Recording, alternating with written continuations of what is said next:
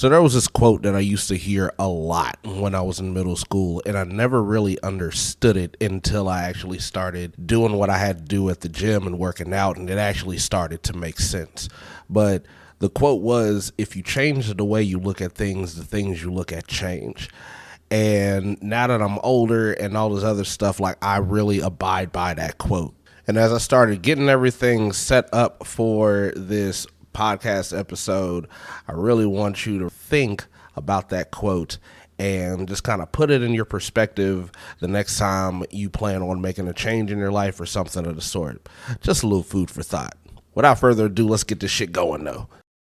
What's going on, everybody, and welcome to Beast Unleashed, the podcast where we break down the rights and wrongs of fitness, help you elevate your fitness game, and crush your goals. I'm Bernard Carter, your guide in this journey. In each episode, I'll be diving into what really works and what doesn't when it comes to building a stronger, healthier, and more sustainable fitness lifestyle. We'll be exploring the science behind fitness with research-backed insights, real-world studies, and expert discussions. Whether it's strength training, nutrition, recovery, or mindset, we'll be separating fact from fiction so you know exactly what you need to take your fitness to the next level. So, if you're ready to unleash the beast within and take control of your fitness journey, you're in the right place. Now let's dive in and unleash your inner beast.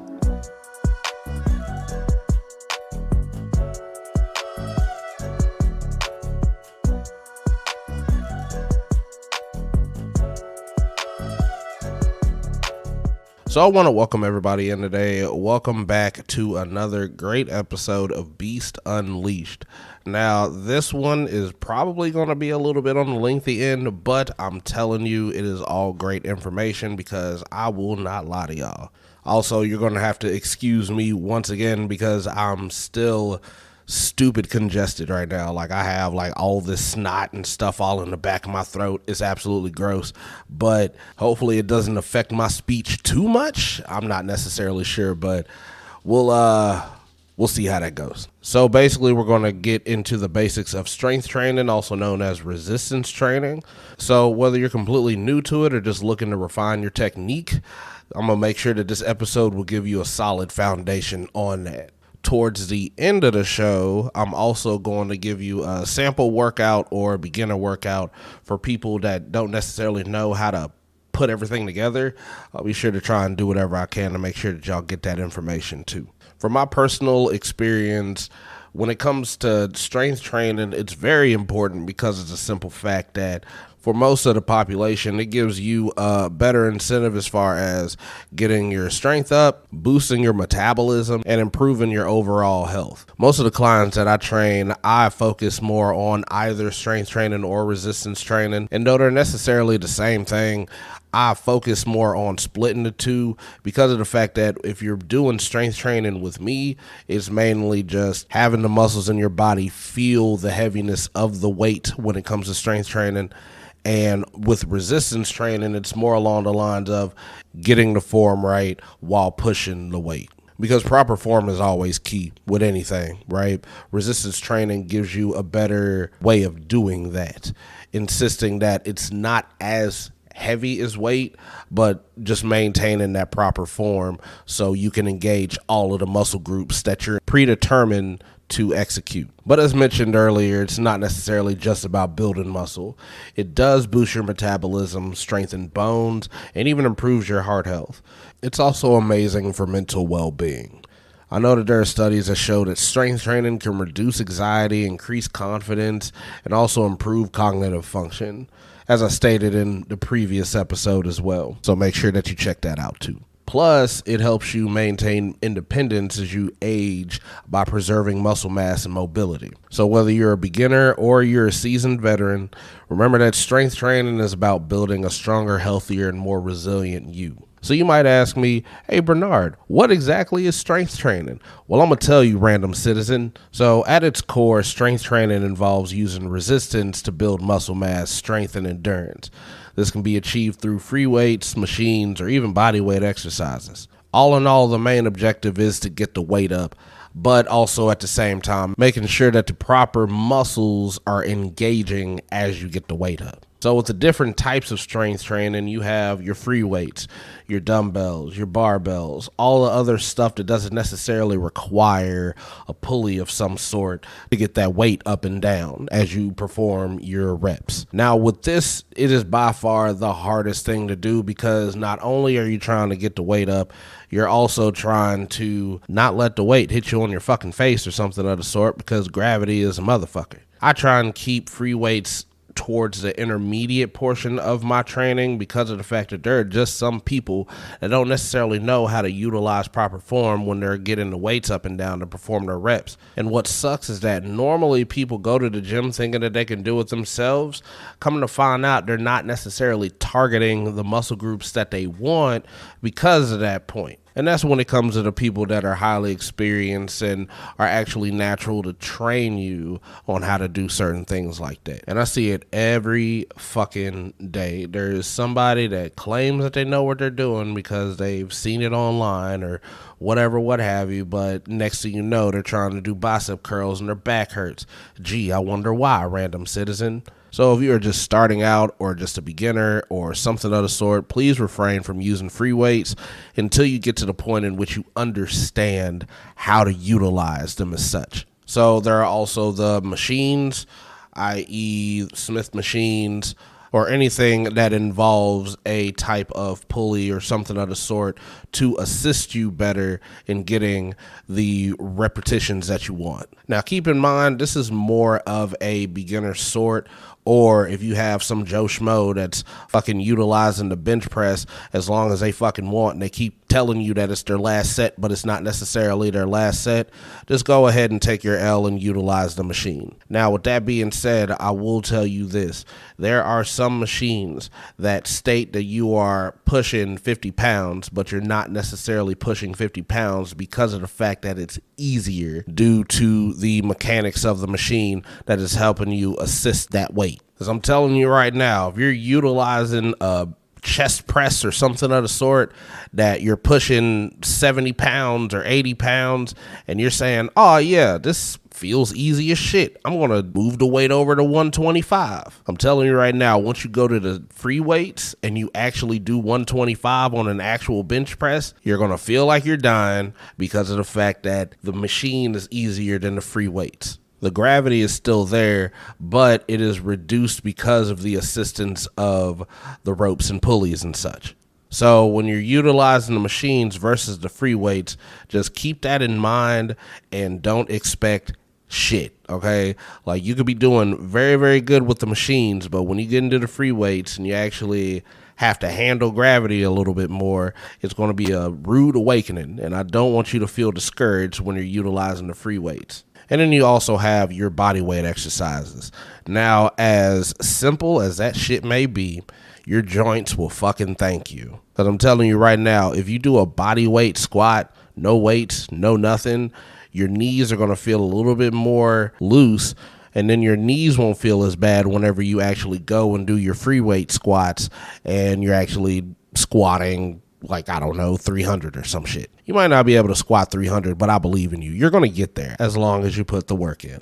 But all I'm saying is free weight exercises are also a form of strength training.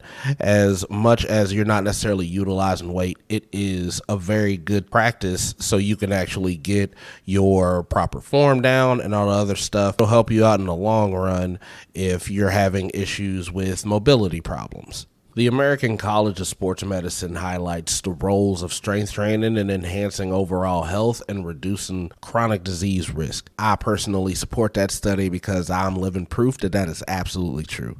I mean, shit, bro, I was an ex-cancer patient. I should have fucking died a long ass time ago, but I've been trying to get back into the gym after chemo and all the other shit, and now I'm absolutely fine. Better even, to be honest with you. And we're going to get to that sample workout. Don't leave just yet. Don't stop listening just yet. I'm going to get there. I promise. So here's another question you're probably going to ask me. So Bernard, why should we be incorporating strength training into our routines? Well, once again, random citizen, I'm going to tell you that shit. The benefits with strength training goes way beyond just looking fit. As I stated before, it'll increase muscle mass, give you stronger bones, improve your joint health, and also give you a better metabolic rate. The more you incorporate strength training into your workout routine, the more it will reduce symptoms of anxiety and depression. It'll boost your confidence and also enhance cognitive function. And I know some of y'all that are around my age are still suffering from depression like a motherfucker. I'm telling you, have you ever reached a state of euphoria after going to the gym? Exactly. And I know a lot of people are going to say that they hate going to the gym, but they do it anyway to increase the endorphins and all the other shit. And it's absolutely true. You know, I just started reading a book called The Subtle Act of Not Giving a Fuck. I know that the title is fucking ridiculous, but it's actually also a good read. I'm on chapter 2 right now. Like, I literally just started yesterday, but I already started to improve the way I think about certain things. You know, people normally give you those sweet nothings and all sorts of stuff to make you feel positive about yourself. But at the end of the day, that book stated that, you know, you sometimes have to suffer in order to make the changes that you want. At this point, you have to suffer at the gym to maintain the changes in the long run, to get that confidence, to boost yourself, to get that euphoric thought process in your head and such. So keep that in mind the next time you go to the gym when you don't necessarily want to go. Think about the changes, the adjustments, and all that within your body while you're doing your workouts. It might suck at first, but it's not going to suck the next time you go into the mirror and you look at that bird chest you've always wanted. And to further specify, muscle mass is linked to longevity, to be honest with you. Research shows that maintaining muscle strength can reduce the risk of early mortality. So, stronger muscles, stronger hearts, stronger life expectancy, all that other good stuff. Now, real quick, I want to get into a couple of key myths that we need to address when it comes to strength training and stuff of that nature. One of the myths is that strength training makes you bulky, and that's a common fear, especially among women. They state that strength training will lead to a bulky or overly muscular appearance. However, gaining significant muscle mass requires specific types of training, a calorie surplus, and in many cases, a very high level of testosterone, which most women don't actually have. For the average person, strength training tends to create a toned and defined look rather than bulkiness. Women and men who engage in strength training typically experience improved muscle tone, increased strength, and enhanced body composition. Studies, like one published in the Journal of Applied Physiology, highlighted that women can increase strength and improve muscle tone without gaining large amounts of muscle mass due to lower levels of anabolic hormones. So to the ones that are trying to avoid the muscle mommy physique and stuff of that nature, you have nothing to worry about. So this one is a wild one, but many believe that strength training is only necessary for young athletes or bodybuilders. However, strength training is beneficial and safe for people of all ages, including older adults. In all reality, strength training is crucial for maintaining muscle mass, which naturally declines with age.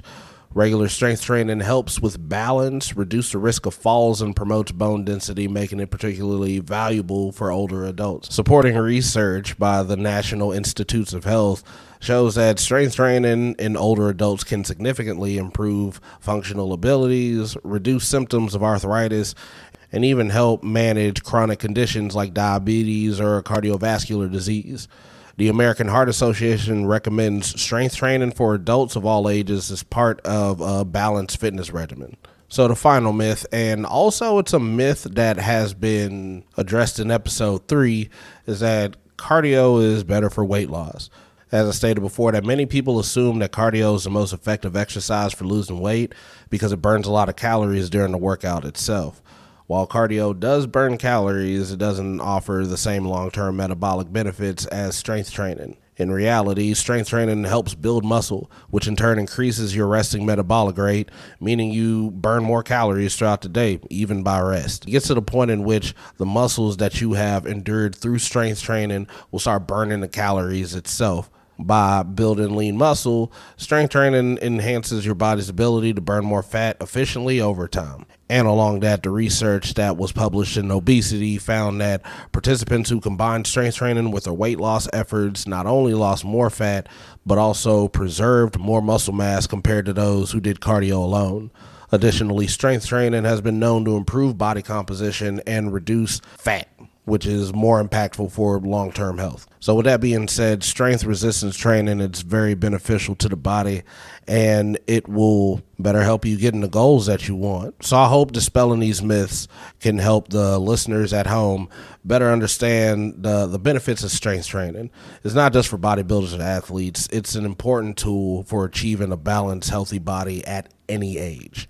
All right, so now that we understand what strength training is and why it's so beneficial, let's go ahead and discuss how to get started. And I know some of y'all have been waiting on it. We're getting to it. We got you. I got you. So the first thing that you want to do is choose your modality, whether it's body weight, free weights, or machines. Modality refers to the type of equipment or resistance you'll be using for your strength training exercises. So with body weight, these exercises use your own body weight as resistance, such as push-ups, squats, or planks.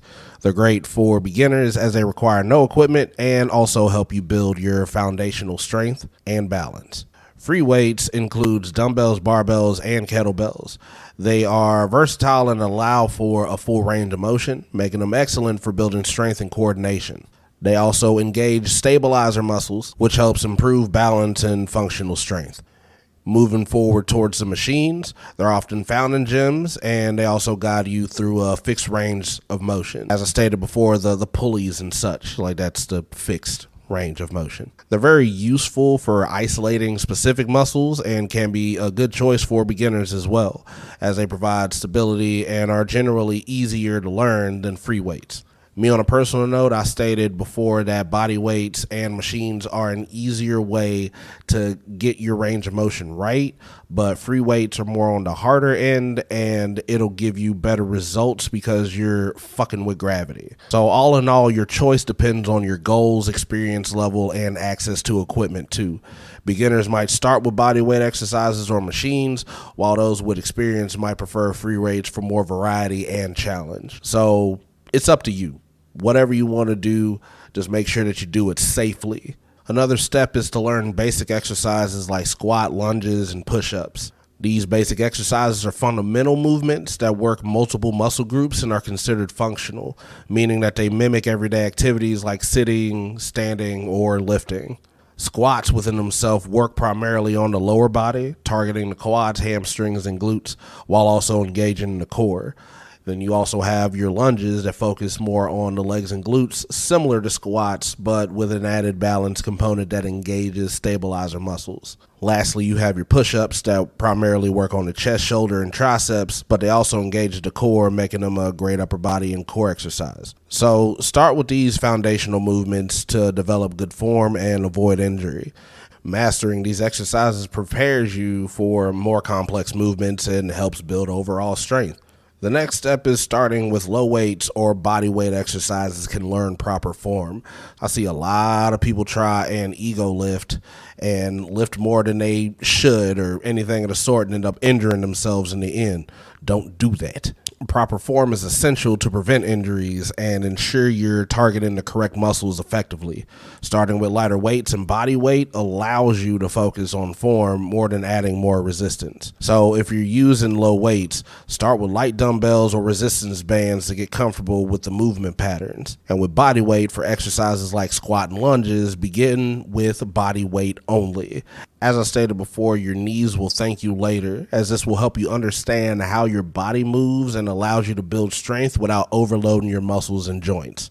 Practicing good form helps build a strong foundation and prevents compensatory movements where other muscles take over due to poor form. Over time, good form also ensures you progress safely as you add more weight. So the last step is to focus on your major muscle groups that include your leg, chest, back, arms, and core. Focusing on the major muscle groups ensures that you're building balanced strength throughout your body, reducing the risk of injury, and promoting overall functional fitness. Focusing on the legs, including squat, lunges, and deadlifts, they support everyday activities like walking, running, and lifting. Utilizing push-ups, bench presses, and chest flies for your chest, they're essential for pushing movements and contribute to proper upper body strength. Rows, pull-ups, and lat pull-downs target the back, improving posture and supporting the spine. Exercises like bicep curls and tricep dips focuses on the arms, contributing to overall upper body strength and enhancing the ability to perform daily tasks like carrying or lifting. And then everyone's favorite, the core exercises, such as planks and Russian twist, strengthen the muscles around your trunk, supporting balance, stability, and protecting the spine. So, by working all major muscle groups, you create a balanced workout regimen that builds strength evenly and supports overall fitness. Now, the moment y'all have all been waiting for. Here is a basic, and when I say basic, I mean beginner basic strength training routine for everybody to endure. Now, keep in mind, I'm going to give you this little routine, but you can also add, take away, whatever, what have you, depending on your medical deficiencies or any kind of injuries or past injuries that hinders you from actually doing certain exercises. So for day one, you want to focus more on the upper body. So you want to do push-ups, shoulder presses, and bent over rows. You'll want to do 3 sets of 8 to 12 reps on each and every single one of those exercises. Now, as I stated before, if you want to stay longer at the gym or wherever you're at, you can always add or take away to those, just as long as it focuses more on the upper body. So what follows the upper body? Yes, of course, random citizen, it is the lower body. Day 2. So these exercises include squats, lunges, and calf raises. Now, what we learned before, body weight over everything, right? So these are all body weight exercises. You could do 3 sets of 10 to 15 reps of squats, 10 to 12 reps per leg on lunges, and 15 to 20 reps on calf raises. Now, with day 3, you could do full body. This full body workout combines exercises that target multiple muscle groups at once, boosting overall strength and conditioning. These exercises include deadlifts, planks, and kettlebell swings. With the deadlifts, you could do 3 sets of 8 to 10 reps. With the planks, you could do 3 sets for 30 to 60 second holds. And with the kettlebell swings, you could do 3 sets of 12 to 15 reps. Now, with the kettlebell swings, if you don't necessarily have a kettlebell, if you have a Five Below around, I think they have kettlebells that go up to 15 pounds, or you could just swing a kid around. I don't fucking know. Now, as I stated before, that is a basic 3-day workout regimen. If you want anything more detailed, or if you want a personal workout or something of the sort, I always can help you out with that. You can give me an email out to musclemongrelfitness@gmail.com, or you can write in the comment section below that you need help. I got you. I look at everything when it comes to the podcast on Spotify and YouTube. So any comments or anything of the sort, I read them all right? And also, to add, to begin each session, you would want to do a warm-up with 5 to 10 minutes of dynamic stretching or light cardio like brisk walking or jumping jacks to warm up your muscles. And after each session, do a cool down, man, because cool downs are actually essential when it comes to kind of calming the muscles down. So you would want to stretch all major muscle groups for 5 to 10 minutes to improve flexibility and aid in recovery. So the reason, and that's why we want to rest and recover, is mainly to produce muscle repair and growth during your resting times. Some signs that you might need a rest day will include muscle soreness, not in a good way, fatigue, and lack of motivation as well. And try to aim for 7 hours of quality sleep each night as well, and consider incorporating active recovery days with activities like stretching or light walking or yoga. I know everybody likes to do yoga and wear the yoga pants, or try and find ways to do goat yoga. I'm still trying to figure out where I can do goat yoga at in Texas. So if y'all have any recommendations, let me know, because I low-key want to goat on my back while I'm doing the child pose. You know what? I don't know shit about yoga. Leave me alone. So yeah, this routine provides a balanced approach, allowing for recovery while hitting all the major muscle groups throughout the week. And as I stated before, you can adjust the exercises based on your fitness level or available equipment, but the structure provides a solid foundation for building strength. And as much as I want to get into nutrition and stuff of that nature, I'm going to have to actually end it here, because I don't want to give y'all too much information in one episode. And this is, as I stated, it was going to be lengthy, so I hope y'all get a good base when it comes to getting your workout planned. So I'm going to end this episode with a question. You can put it in the comment section below or something of the sort. What is your favorite major muscle group that you work on? Most of my clients want to work on legs. They want to make their butt bigger. Me on a personal note, I like my chest. I like the bird chest look. I'm not even going to hold you, but obviously I have more to work on, but it's a marathon, not a sprint. So just let me know in the comment section below. I am eager to know your answers. Also hope that you have your workouts formed. I want to see those gains. Until next time, y'all, let's get it. And that wraps up today's episode of Beast Unleashed. I hope you found today's insights useful and that they help you move closer to crushing your fitness goals. Remember, fitness is a journey, not a destination. So take it one rep, one meal, and one mindset shift at a time. If you enjoyed today's episode, don't forget to check me out on Instagram, Muscle Mongrel Fitness, and I also have a Discord too. I'll provide a link for that. The Discord server itself has a whole bunch of information that you could utilize as far as gear that I use, books that I read, and fitness challenges that you could do during the week. So make sure you check that out. Until next time, y'all stay hydrated, come together like butt cheeks, and don't forget to keep pushing those limits. This is Bernard Carter signing off, and y'all take care.